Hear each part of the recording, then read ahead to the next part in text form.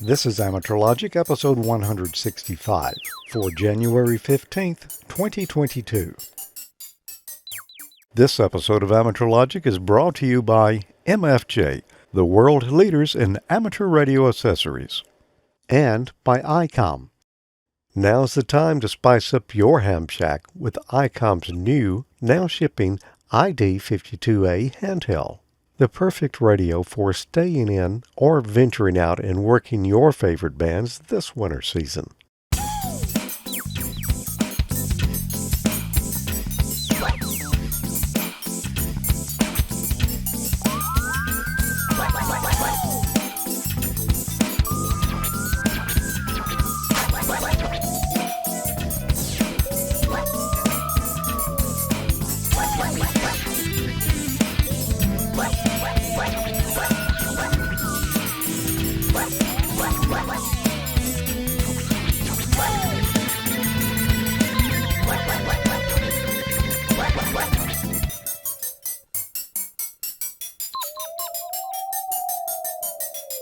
Good evening and welcome to another action-packed episode of Amateur Logic. I'm George. I'm Tommy. I'm Emile. And Mike is not with us tonight. He's feeling a little under the weather. Yep, hope he gets to feeling better. I'm sure he'll be back for the next one. Oh, I'm sure he will. He got his booster shot yesterday. I think it was yesterday. And then today he's not feeling so well. So it does that to some folks. Yeah, it does. Anyhow, Mike, we hope you get to feeling better soon. And, well, we hope everyone's staying safe out there. The numbers as high as they are the last month or so, and it even got me on the December 31st, but I was down a few days. Good way to finish off the new year, right? Yeah, well, I thought I'd escaped 2021, but not so fast. Yeah. Anyway. I think he's probably going to get all of us eventually at some point or another. Anyway. It's looking like it. I'm better now. The only thing I've got really left is I still have no sense of taste. Okay, here comes the chat room with people with comments about who you're hanging out with over here. Yeah. Well, I've already used the shirt joke, so I can't use that again. Yeah. Andy gave us the word, didn't he? He gave us the word of the year in the New Year's special. Hope. We hope everything gets back to some type of normalcy for sure. That was a good word. I see he's in the chat room. I saw him post a photo from a boat. Yeah. Maybe a week or so ago, but it didn't look like the same boat he was on New Year's Eve. Looks a little smaller. So. I don't know. I didn't see that. Switch to coffee. There you go. That's what I'm talking about. I don't know. I'm not a coffee drinker, and tonight's beverage is English breakfast. This is the Biggie Lowe's. Oh, yeah. Or Bigelow's. That was sent to us by Robert and Elliot. Yeah, that's good stuff. Yeah. Still working on the coffee they sent. It's really great stuff. Yeah. These are not only phone books, Kevin. These are also CW and digital modes as well. We're going to be looking a little later tonight. I've got the complete set of ARRL Handbook for 2022. And we're going to take a look through there and see what they've got, what's new, some of the bonus materials that you get with it as well. If you only had one set of, or one amateur radio book in your collection, that would be the one. Yeah, that's a good one. It's got pretty much everything in it. I've had at least half a dozen different years of the handbook, and every year, it's something new in there. Well, cool. I'm looking forward to seeing what's changed. Yeah. Anytime we're doing a show, we've got a chat room going on at the same time. Rather than show the same slide, it really doesn't mean anything anymore. I'm just going to say, if you're watching us live on YouTube, we're using the YouTube chat. You do have to subscribe to the channel to be able to participate in the chat. I think you can watch it without I think so. Subscribing, but to post, you have to subscribe. That's the only way we could admin it. So enough about that. They're already having a good time in there. Well, what are we going to talk about? Tommy, you were just here the other day. We just did Ham College, and we just had Ray here earlier this week. Yeah, I did the Ham College from home, but yeah, we did a live stream with Ray Novak and covered some of the features of the new ID52. Yep. I got the short antenna on mine, but we're Yeah. going to look at that a little bit tonight. One of the new features on there. It's kind of cool, sort of a fun little feature. I'll just say, I've already told you what I'm going to be doing tonight, but there's one other thing I've been meaning to mention for the last couple of episodes, and I have not. You may remember all the alkaline battery controversy we were talking about The leakage? back last year. The leakage. Yeah. Yes, out of the Duracell batteries. It seems like, I don't know, they used to be my favorite battery, but not anymore. Particularly AAAs are the worst. AAs are just about as bad. Mm-hmm. I haven't really had much problem with the larger ones, but they all leak. They're alkaline batteries, and so I decided I was going to try something different. And so I got some of these Energizer Ultimate Lithium batteries. I could maybe Those show are you not that. cheap old man compliant. No, they're not cheap old man compliant, but they're supposed to last longer. They're more expensive. I see you got them on top of the napkin in case they do leak. Yeah, It's napkin cam. yeah. They are. They're a lot lighter weight, but I've measured them. I've put the voltmeter on them, and those actually measure a little higher voltage than you get out of an alkaline battery. Really? Just a little bit, yeah. Interesting. And they do seem to last better. So I've been putting them in all my remotes and flashlights and things that I was tired of cleaning the leakage out of, Mm-hmm. and things I didn't want to go bad. So I've been using those, and they do seem to last longer. However, There's always a but. there's a but, and this could be a big but. Wait, what? Yeah. These, although they seem to be good batteries and they don't leak, I have had at least 3 of them because I bought the AA's and the AAA's. But I've had at least 3 different instances where, I've got a device that has 2, 3, or 4 batteries in it, and one of the cells will go down to 0 volts. Oh, The rest of them still are, a volt and a half or better. But just one cell out of the group will go down to right. Well, one has gone all the way to 0. Some of them just go real low. And I don't know why they're doing that. So that hurts sounds like they're defective. the price compliance there a little bit. Oh, yeah. That just Yeah. sends it right through the roof. Yeah. So I don't know. I've still got some of these left, and I'm going to be using them, but I promised I would report back on how these were working out for me. Other than that, having the occasional one just goes bad out of the blue, they've been very good. Yeah, I think they're all going to leak eventually. It's just a matter of how long. Yeah, but none of them going to leak as bad as the Duracells Yeah. anymore. I mean, those things are as bad as the Chinese batteries these days. I've been using, I told you before, I've been getting those blue and silver Rayovac batteries. And Mhm. I've actually had pretty good luck with those things. But I've switched most of my stuff to rechargeables, but some things just don't work good on the lower Right. voltage.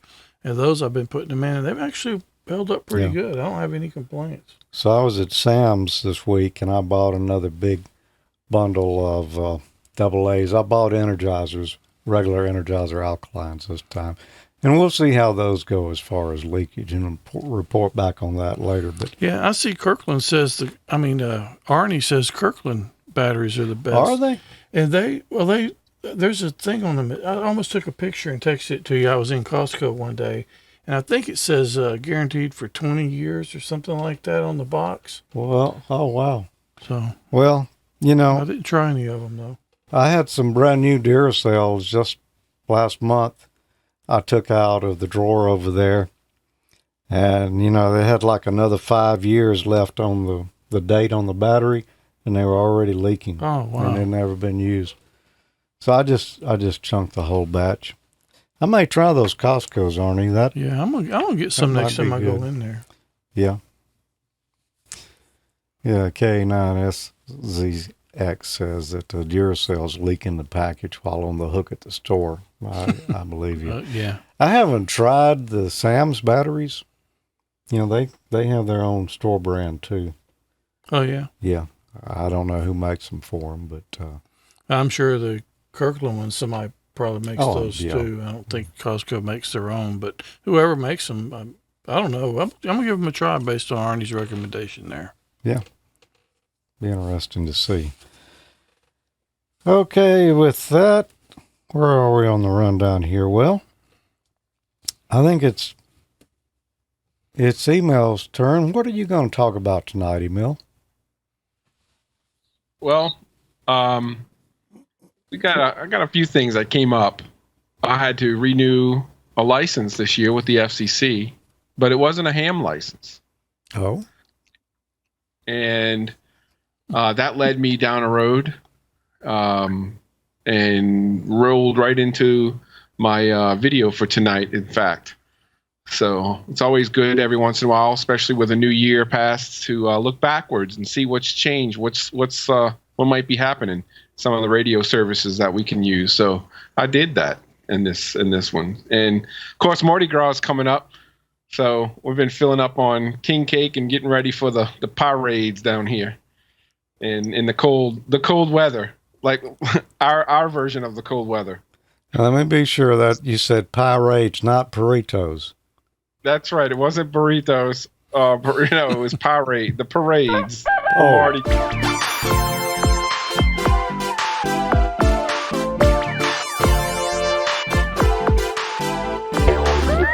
WQZB 833. Hello, George, Tommy, Mike, AmateurLogic.TV viewers. Recently, I got a renewal notice from the FCC in regards to my General Mobile Radio Service, or GMRS, license. I figured I'd take another look at what's out there and what's happening with that service, as their licenses are 10 years, span 10 years. If you notice here, in 2017, they updated this radio service by allotting additional interstitial, I had to look that up, interstitial channels in the 67 megahertz band, and they increased the license from 5 to 10 years, allowed transmission of limited data applications.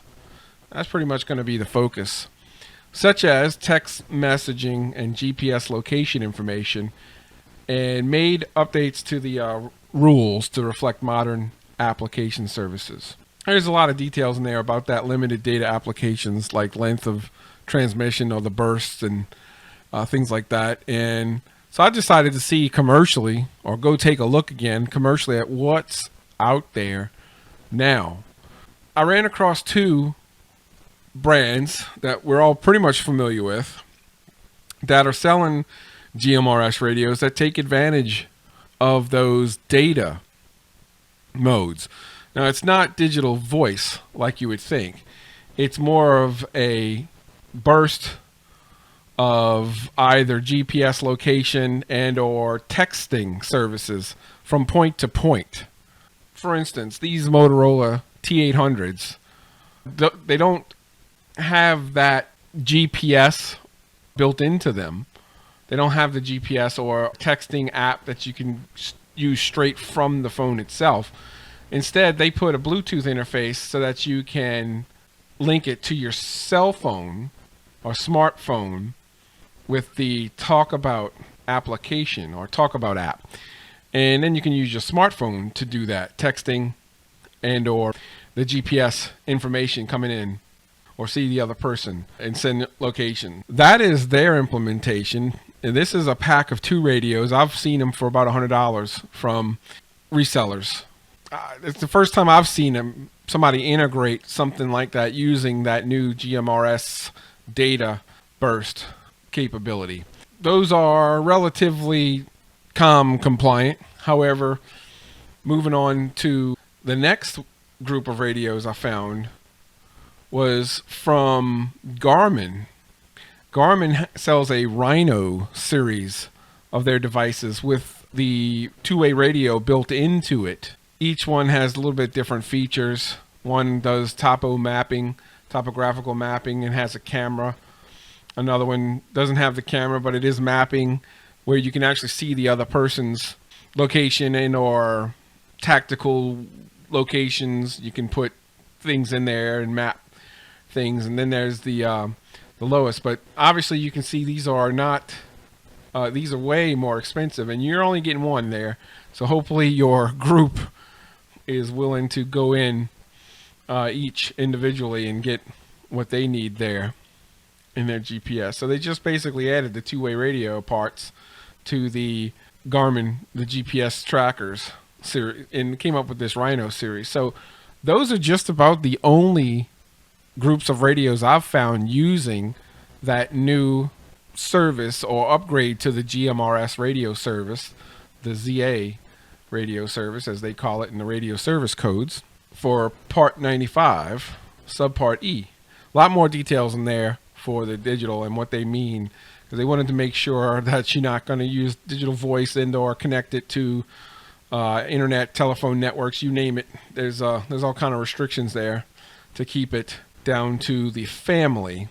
As you can see here, GMRS available to an individual, one man or one woman, for short distance 2-way communications to facilitate the activities of licensees and their immediate family members.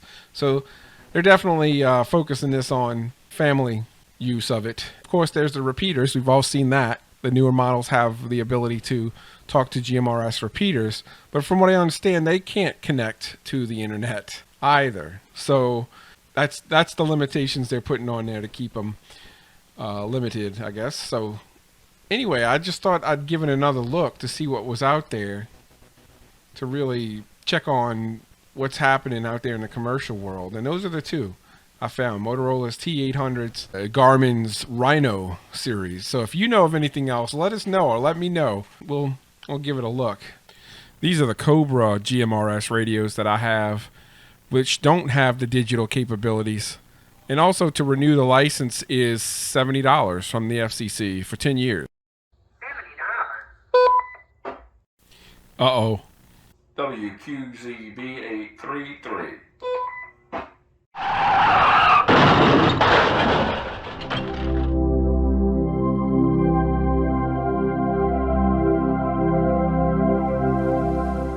$70 for 10 years. That's less than $10 a year, I guess.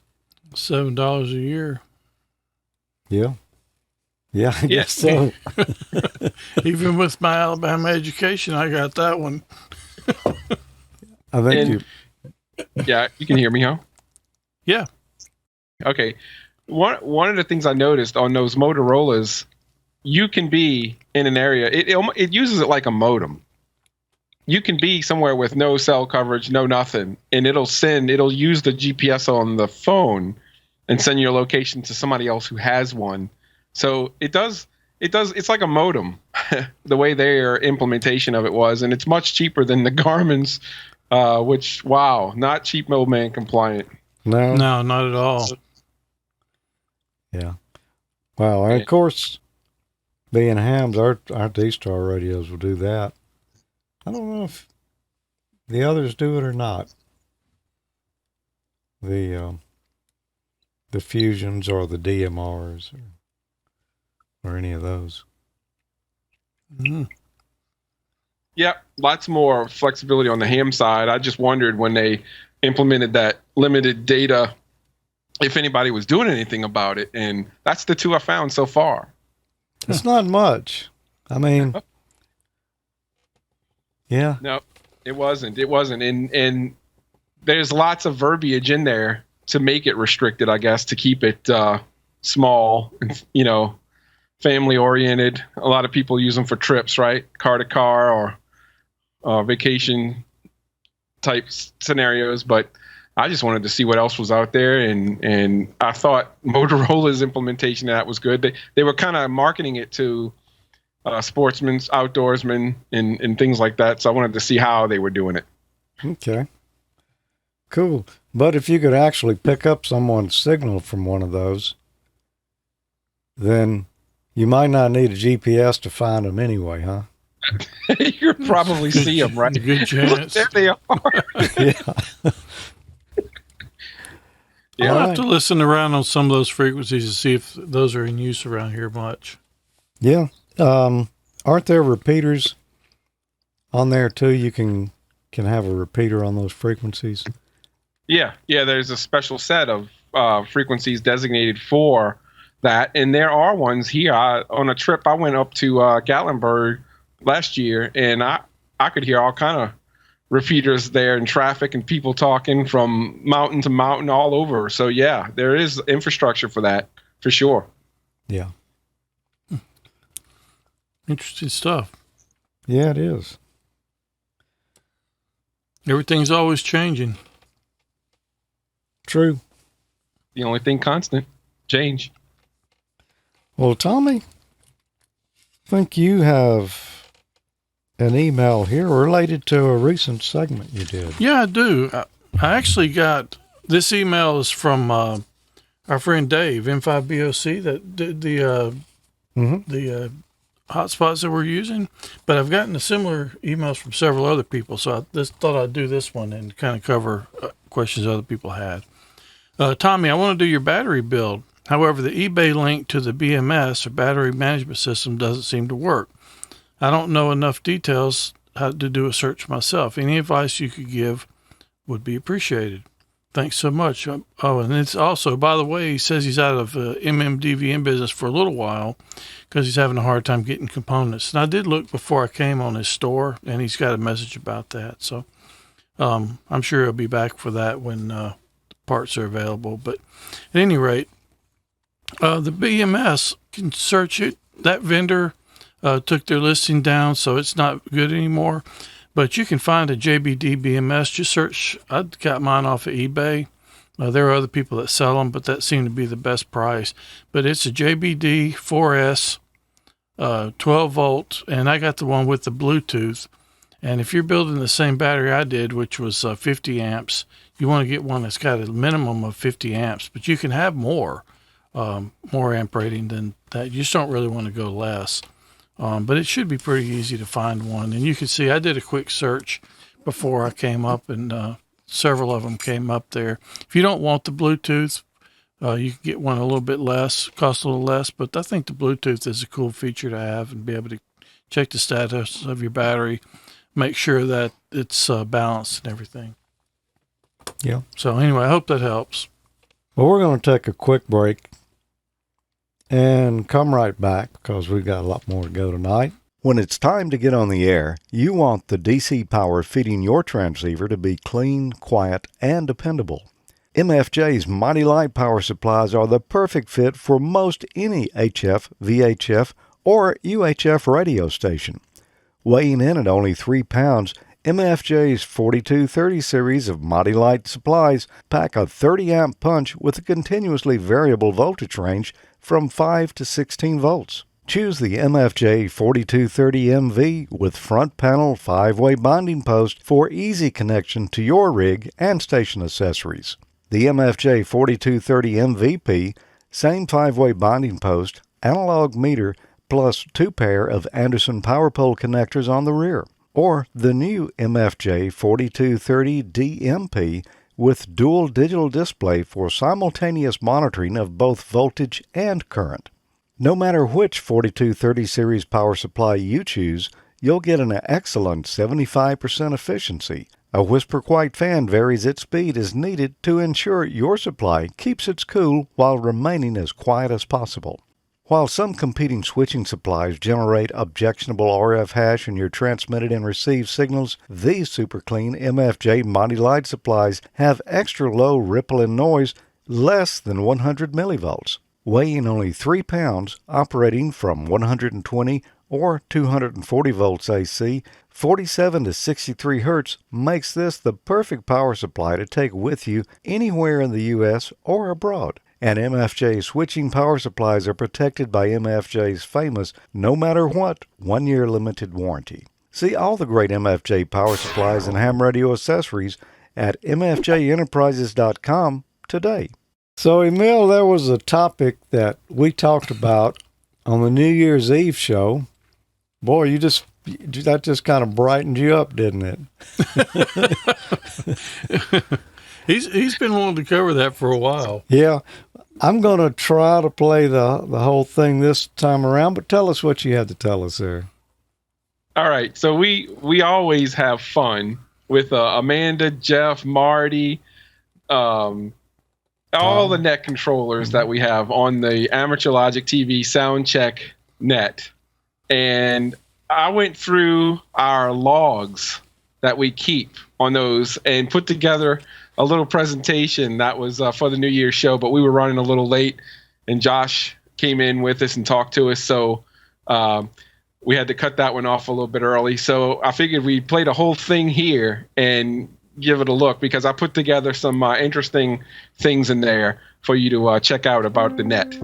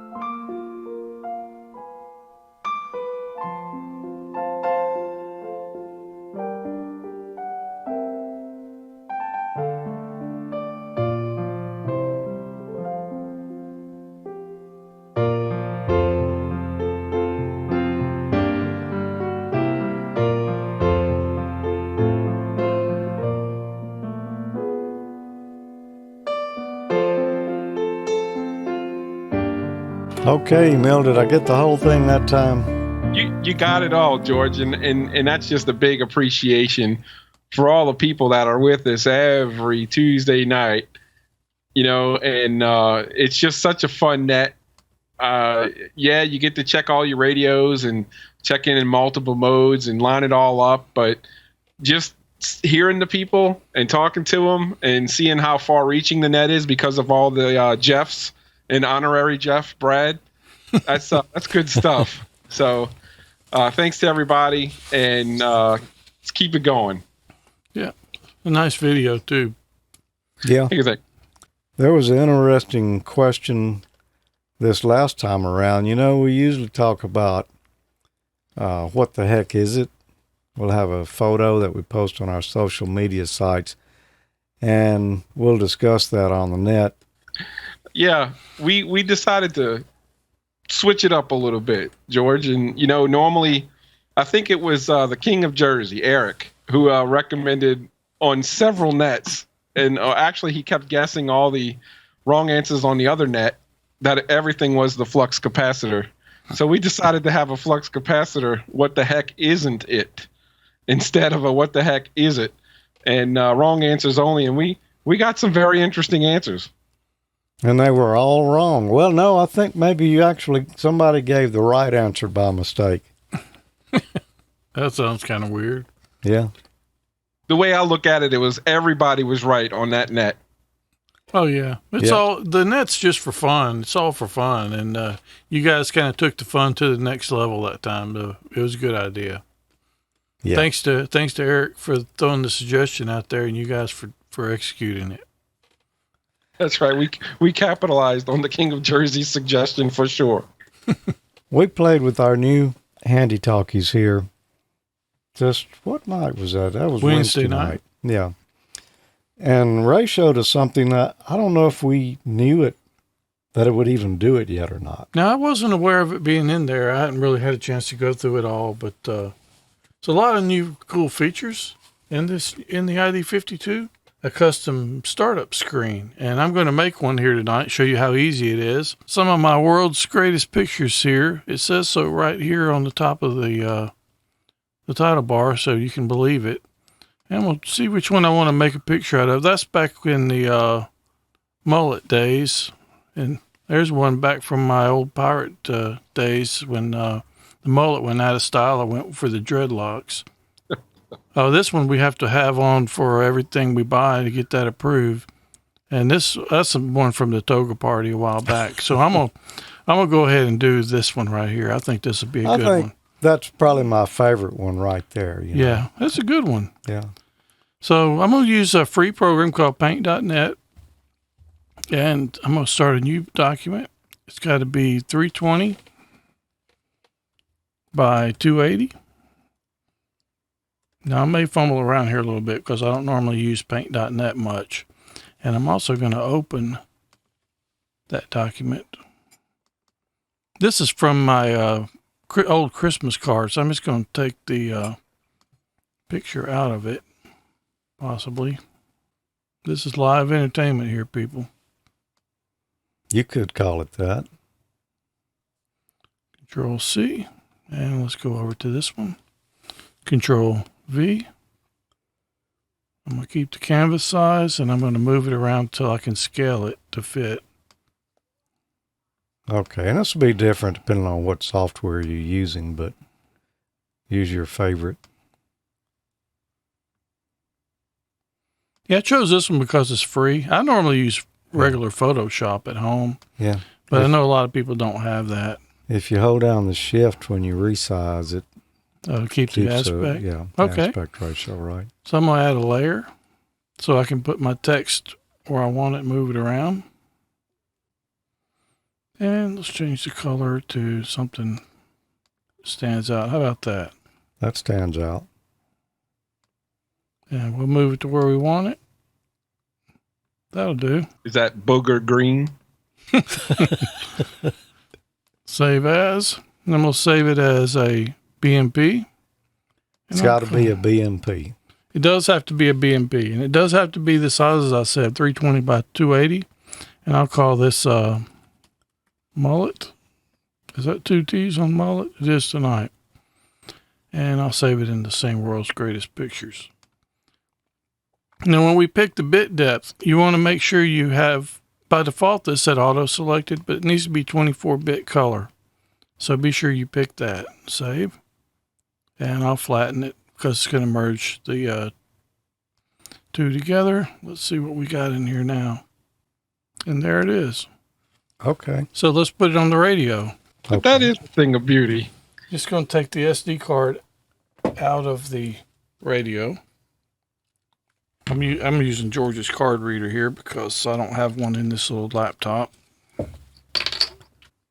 And we got the ID52. The file structure has opening picture folder. And you can see I've got a couple already in there. And I'm going to copy my picture I just made over there. Mullet. Eject the card. Put it back in the radio. Make sure you put the card back in the right direction. It actually goes what appears to be upside down. Otherwise, if you jam it in there, it's really hard to get out. Yeah. It goes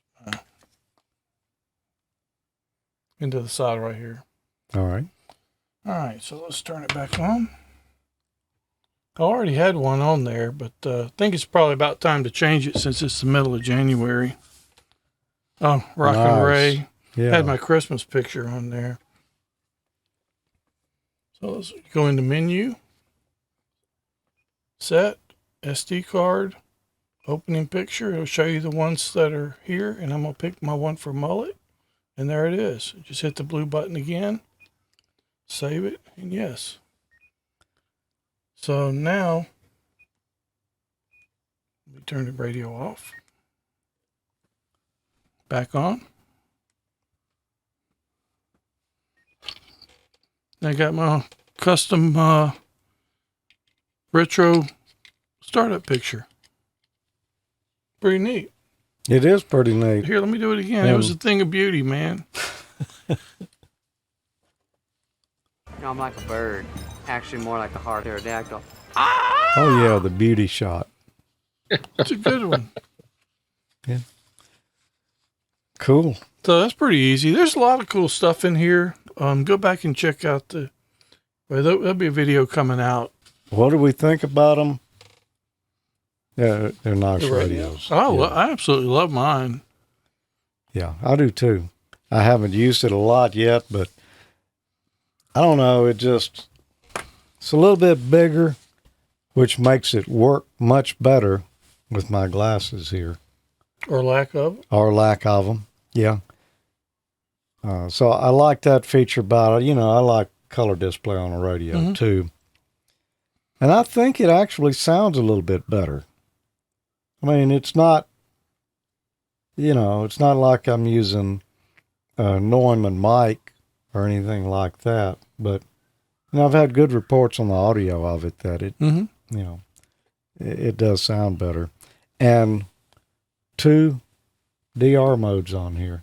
Yeah, that's a big thing for me. And the old one, or the 51, which is a awesome radio, I loved it. But you can have 2 DR modes on here, like George said. So that's kind of a big game changer. Yeah. All right. Cool. So I'm going to have to do mine now. I don't know what I'm going to put on there. I've got to come up with a good photo. I'm thinking after Mike has watched this episode, I probably won't have to come up with a good one myself.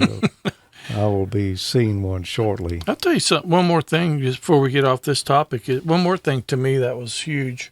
The charger, it takes the standard Icom charger, but if you do like me and you travel, you don't always think to take that with you. It'll actually charge off of a micro USB as well. Yeah. So that to me, that was a really big thing too. So I can't tell you how many times I've gone with my radio somewhere and had the battery go dead and didn't have the charger with me.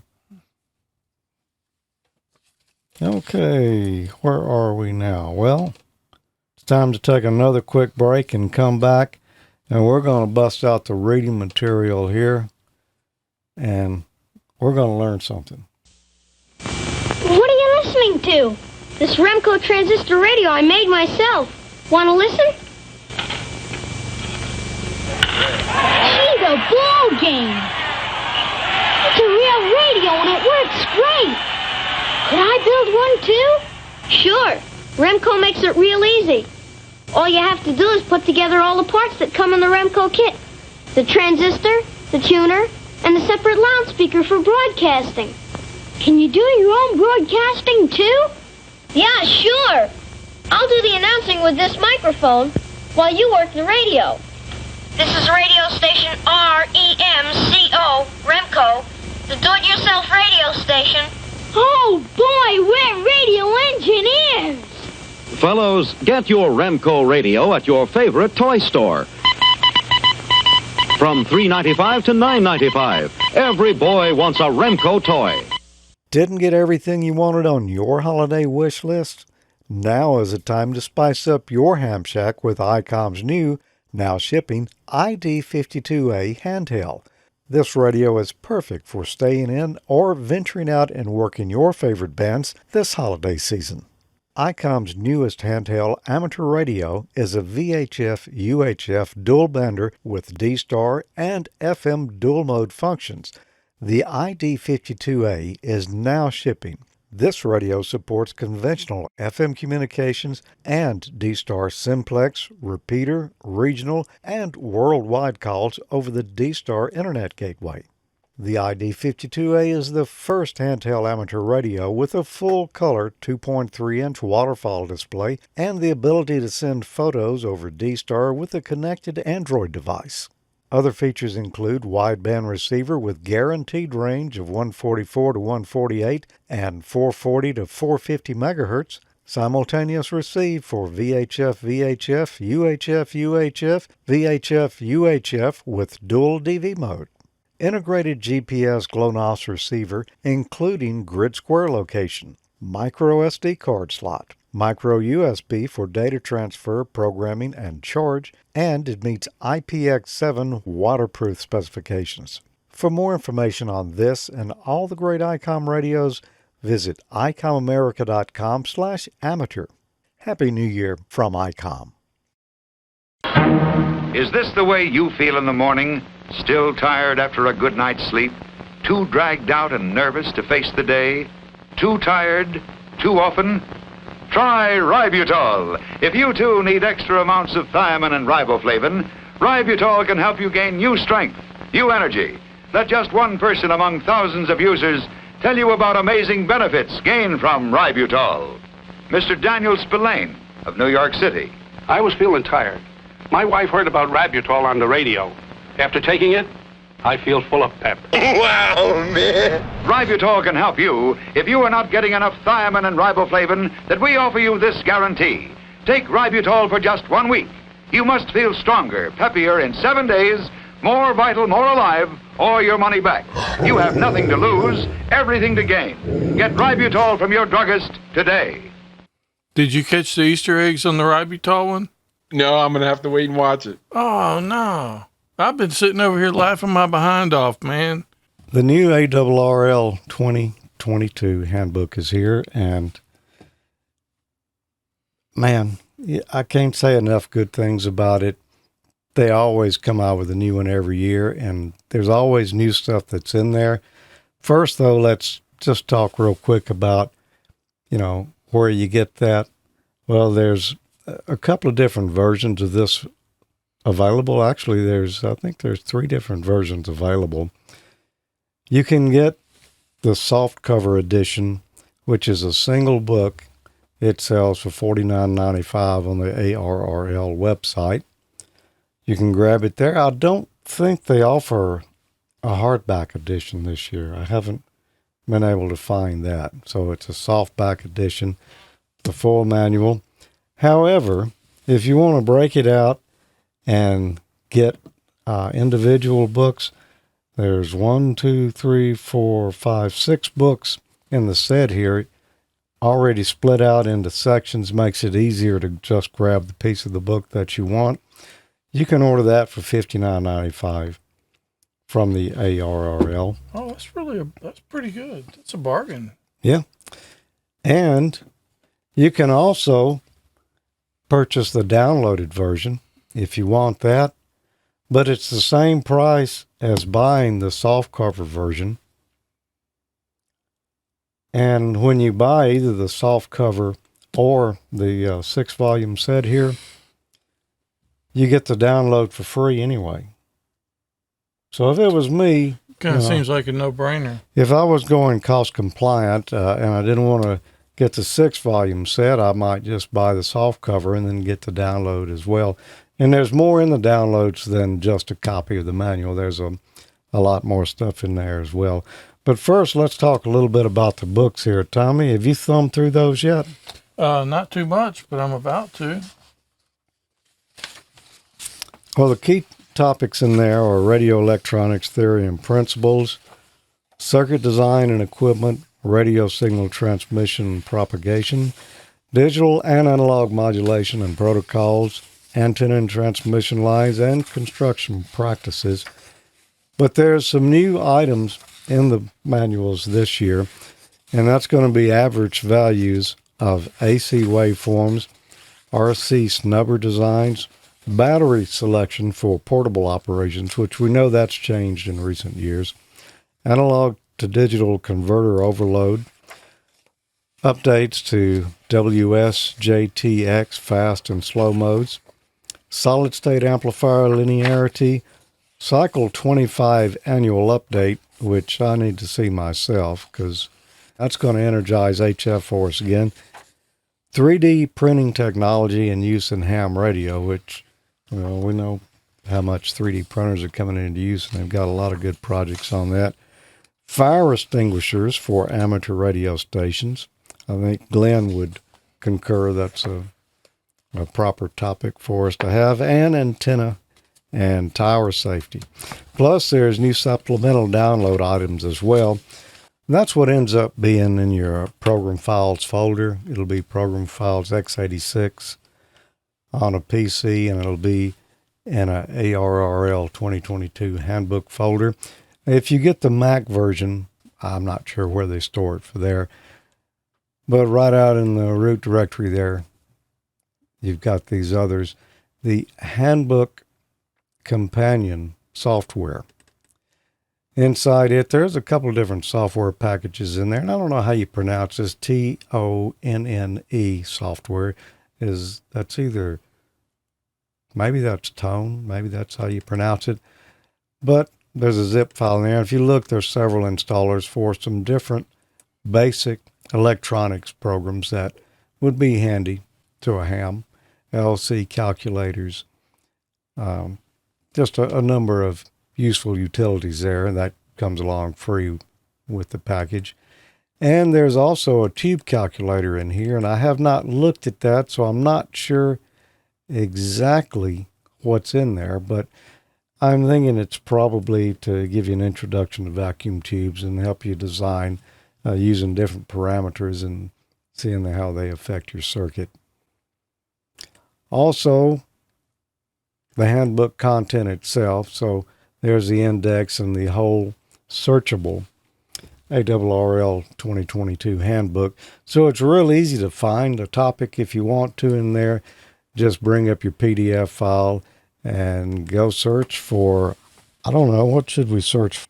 Let's just try D-Star just as a for instance there. It's a lot to search through. And I can't read from here how many places it found it, but oh yeah. Yeah, it's usually got a hyphen in it. Yeah. OpenDStar.org. I don't even know what that is. I'll have to go check that out. Anyway, it's a quick way to search and find what you might want inside the handbook. There's more information in there as well, and things that you get when you get the downloads. And let's see, what else did we have? That's you. Supplemental files. Now, this is pretty neat here. I didn't realize that they had this, but in the manuals, they refer you to different magazine articles and other resources when they're doing discussions in here. And this is all the information that they're referring to. There's a supplement handbook right there where you can look all of this up. There's a lot of different chapters in it. Chapter 2, Hands-on Radio, Kirchhoff's Law by Ward Silver. A lot of different articles that Ward has written there in the past. You get all of that. It's just a lot of different resources that are not in the handbook itself, but things that the ARRL has already published or someone has already published before. And you get every one of them right there that you can check at your own leisure. You don't have to have the magazine itself. Just the articles are all included. But wait, there's more. But wait. Yep. And what more is there, might you ask? You might. You took the words right out of my mouth. Low-cost antenna switch, just for instance. You get a PDF on that, and it's got all the information here on a nice project that appeared in QST back in 2005. A very simple, easy to build, 6-input antenna switcher. Oh. And its circuit board is from Far Circuits there. I suspect you can still purchase that board, or I would imagine as well you can download the trace file for it and create your own PC board. But all of the details on how to build your own inexpensive antenna switch. But there's a lot more articles in there besides just that. A Morse code ID timer. Now, this is a pretty old project here, but it's basically just a very simple little circuit that uses a microcontroller, and you build a little automatic IDer that'll play your ID in Morse code every 10 minutes. Yeah, that's pretty cool. Simple little project to throw together. But there's all kinds of different bonus materials available with it when you get the download. If you get the manual, go get the download as well. It doesn't cost you anything extra. If you purchase from the ARRL website, you'll automatically be able to access the downloads. If you purchase the manuals at a dealer, I think maybe you get a coupon with it, or there's details on how you can download the manual. But a lot of great information there. This is one, we actually were talking about this. I had an email from someone that was in the pre-show tonight. Someone was asking how you go about working on a ham radio. Yeah, I remember that. Yep. Volume 6, test equipment, troubleshooting, RFI, and the indexes. So if you ever wanted to know how to troubleshoot, how you go about repairing something, how to use test equipment, good resource right here for getting started with that. So overall, as I said at the first of the show here, if you could only have one amateur radio related book, now I've got 6 here, but it is available as a single book as well, this would be the one you'd want to get. I can't think of anything else that would be more valuable to you as an amateur than the ARRL Handbook. And I bought my first copy in 1976. I wasn't even a ham yet. Oh, yeah? I didn't become a ham until 91, but I bought the handbook way back then because stuff that was in it was good basic electronics knowledge and things I wanted to know about. Yeah, that's good stuff. There's a lot of information in there. If you want to know about just about anything, it's in there. Anything ham radio related. Yeah. And I don't buy one every year. Every few years though, I'll pick up a new one, and I'm amazed at how much stuff has changed in there whenever that comes about. You know, Amanda kind of called me out on one of my segments. She noticed that I had the 2012 edition on my desktop when I was doing something online. I remember that. So 10 years, yeah, I guess I could probably spring for another one. Yeah, I think you'll find it's a lot has changed in 10 years.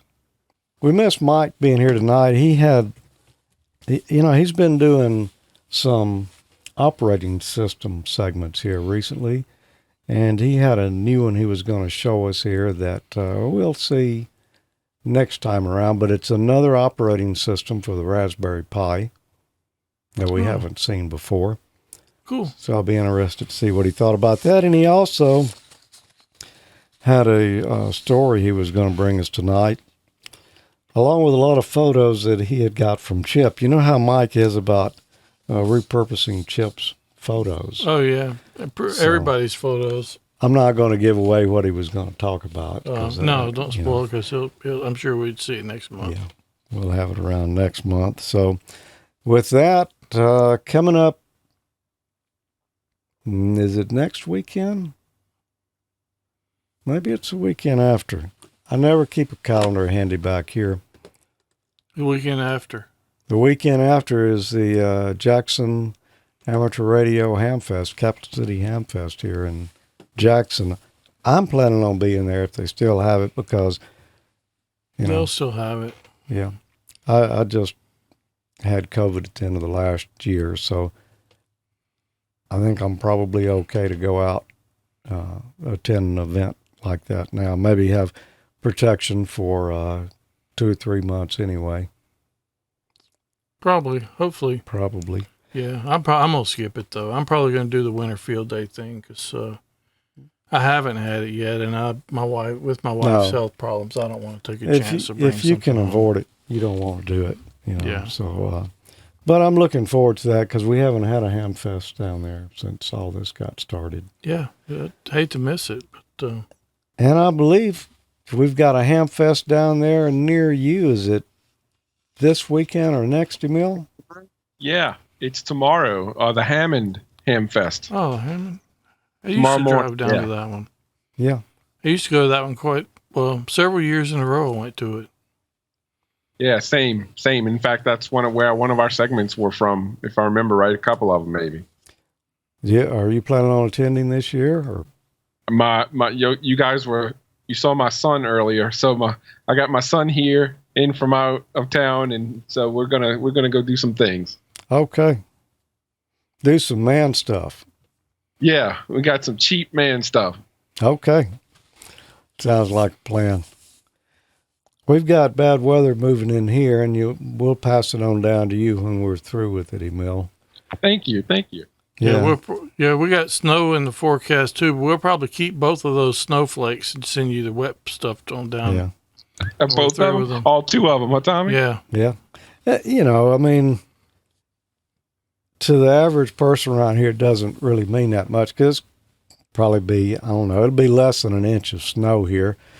Just enough that us rednecks can't drive on it very well. But it's not, it's not going to be cold before it gets here. Yeah, just enough everybody's going to go to the grocery store and buy all the milk and bread. Yeah.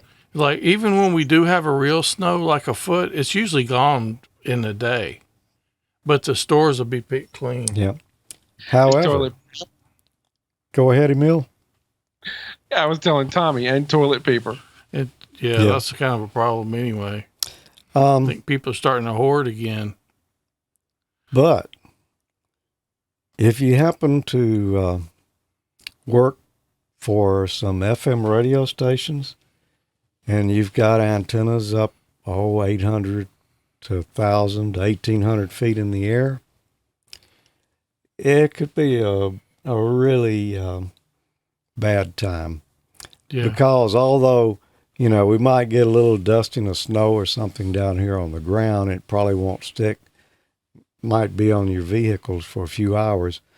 1,000 feet in the air, it's going to stick to your antenna because it's a lot colder up there than it is down here.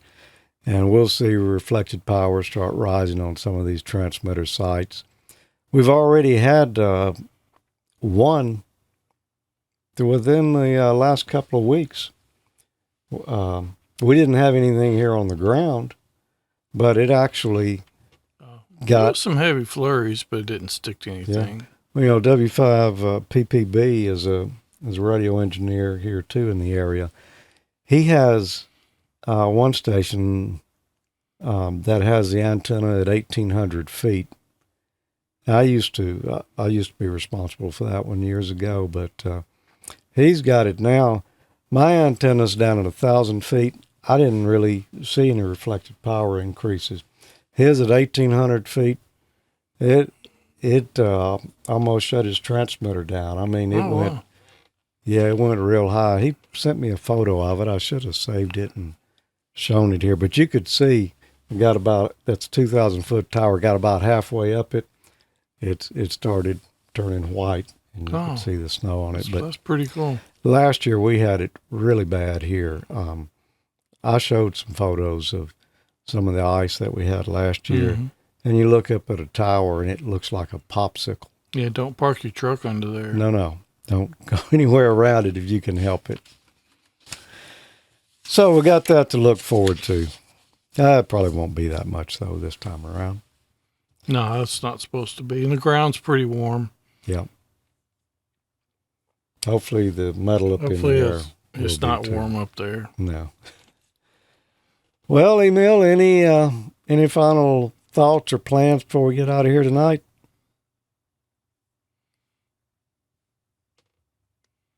Keep it cheap. Don't be on the naughty list. You already starting the list? It's kind of early for that. Yeah. I didn't really take them down, but definitely keep it cheap. And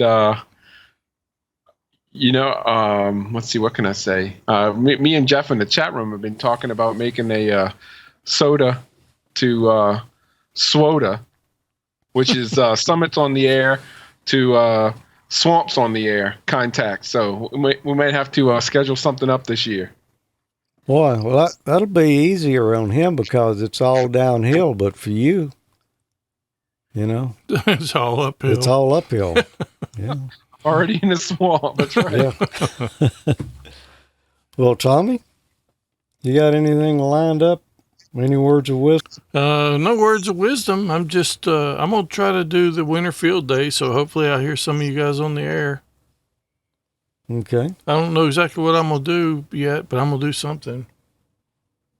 Okay.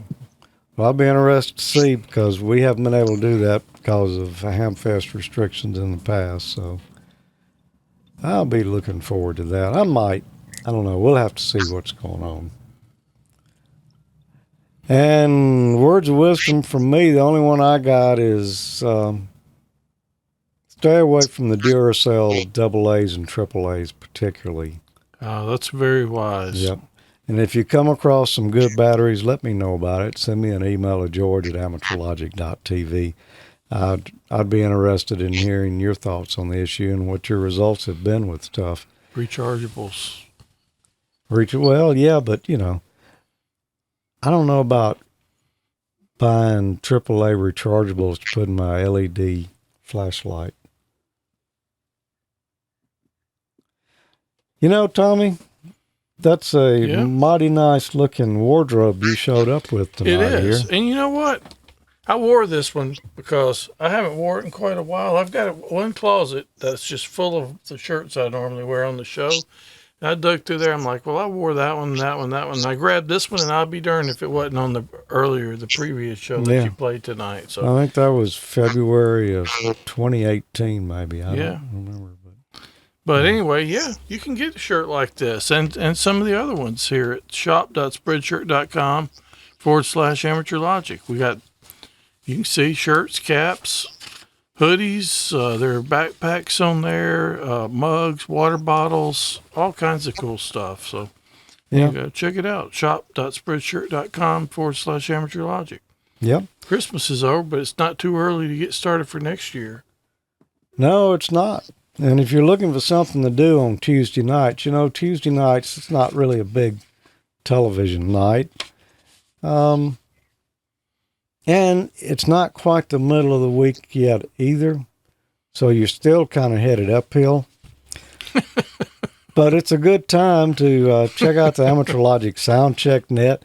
You can catch that every Tuesday night at 8 Central, 0200 UTC this time of year. On Echolink, All-Star, D-Star, DMR, Hamshack Hotline, System Fusion, Wires XP25, NXDN, or M17. We're on pretty much everything but HF. Yep. If you got them, use them. And actually, we encourage that. So this is one of the nets that you can check in with Echolink, and then next round you can check in again on the same net with D-Star. Then you can check in with DMR if you got it. So it's about checking all your modes and having a good time. We have a question. I think we mentioned that a little earlier. Mm-hmm. Have a question. It keeps things kind of interesting. It's really a lot of fun. If you haven't checked it out, you owe it to yourself to give it a try. I think you'll like it. Yeah, and we stream it live at live.AmateurLogic.TV each week when it's going on, and we save the file, leave it posted there for about a week. And I know a lot of people that can't make the net or can't make the entire net will go back and review it and, see what their signal sounded like or, what the topic was that night, what everybody had to say about it. So join us for that. Also, you can check out our high society. We have social networks. Maybe Whoa. that's a better word. Yes. And we've got a Facebook group, facebook.com/group/AmateurLogic.TV. Yeah, you can follow us at AmateurLogic on Twitter. Or MeWe.com under Join AmateurLogic.TV. Yep. Or groups.io/G/AmateurLogic. So the Groups.io thing's kind of cool because there's not a lot of traffic on there. We do the announcements on there, but if you're not into the social media thing, that's not really that. It's more of a mail list you can subscribe to. Yeah. Oh, email. I found one more item here you wanted to cover tonight before we go. I noticed you said email. Yeah, the email for the second email from Emile tonight kind of leads right into some of our website and social pages, and it's from Matt Carr. I believe that call sign is KG5EVX. And he posted in January saying, hey, I want to track down some rogue Wi-Fi around the house. Things just keep popping up occasionally on one of his PCs and Wi-Fi. He noticed it. So he was looking for ways, whether it was software or antennas, to go and find that stuff. And, you know, George, there's a wiki, right, that we maintain or the show maintains here that gives topics that we talk about. And that made me think, when he typed that, there's lots of great answers in the Facebook forum that Matt posted this in, but he made me think of an episode we did in Amateur Logic 100 where we listed out some of that Wi-Fi. So I simply searched our wiki page and found that term Wi-Fi and went and looked at that episode, and sure enough, there's a lot. This is the one where I was trying to tell you how to optimize your connection if you might be butting heads with your neighbor or on a channel, something your router's not quite working out. So check out the wiki looking for topics. If you haven't or you're not even aware of it, you can search for things we've covered in the 15 years you guys have been in this. So check it out. That's an awesome thing. It's at AmateurLogic.TV/wiki. Yep. Cool. Good. I'll have to check that out. Yeah.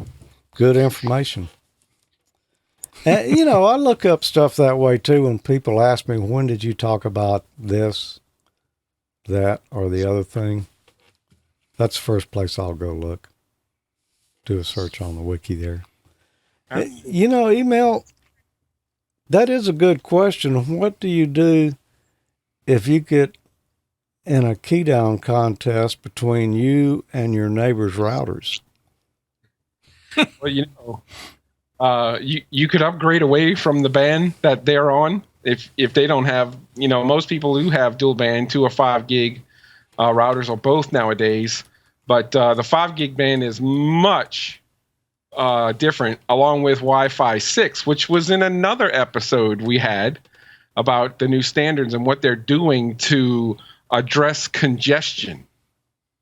So there's all kind of things you can do. And if you look at some of these episodes we're putting out there, we might be a little bit ahead of the curve, cheap or not. Look, the Ubiquity thing, are you still using that? I am. That Ubiquity 650 meg link between the shack and the house and the attic is still kicking, still outside in the weather. It just doesn't quit. Cool. I was wondering about that. Well, I guess that's going to do it for tonight. We appreciate everyone joining us here who watched live. And those over in the chat room, looks like they're still having a good time over there. We'll be back around the middle of February. And we'll be back with an episode of Ham College around the end of the month. So... oh, yeah. That was December's we just did. I forgot. We got through off schedule because of the holidays and the New Year's show. Yep. Yep. All right. 7-3, everyone. 7-3, everybody. Thanks for joining us. 7-3.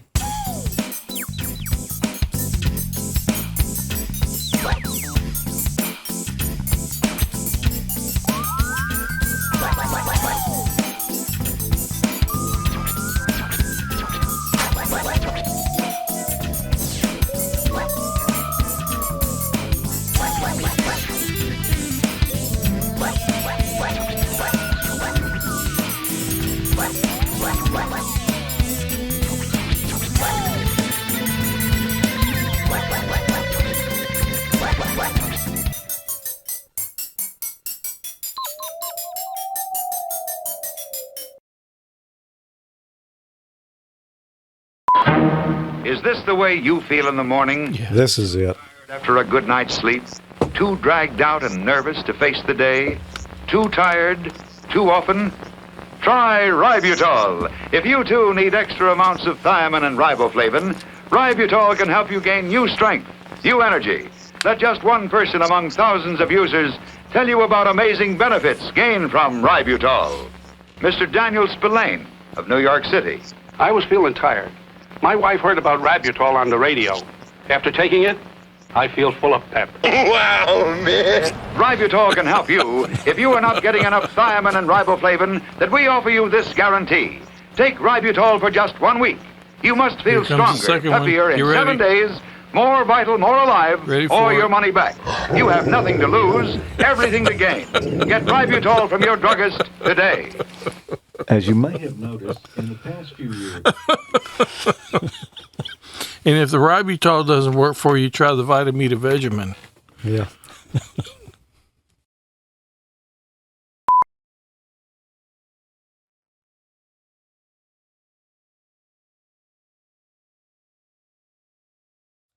Those are mighty nice, mighty light supplies. We both use them. We do. Yeah. I got the analog one. I really like it. Yeah. You're not laughing at the supply. You're I'm laughing laughing because the microphone wasn't on. Yeah.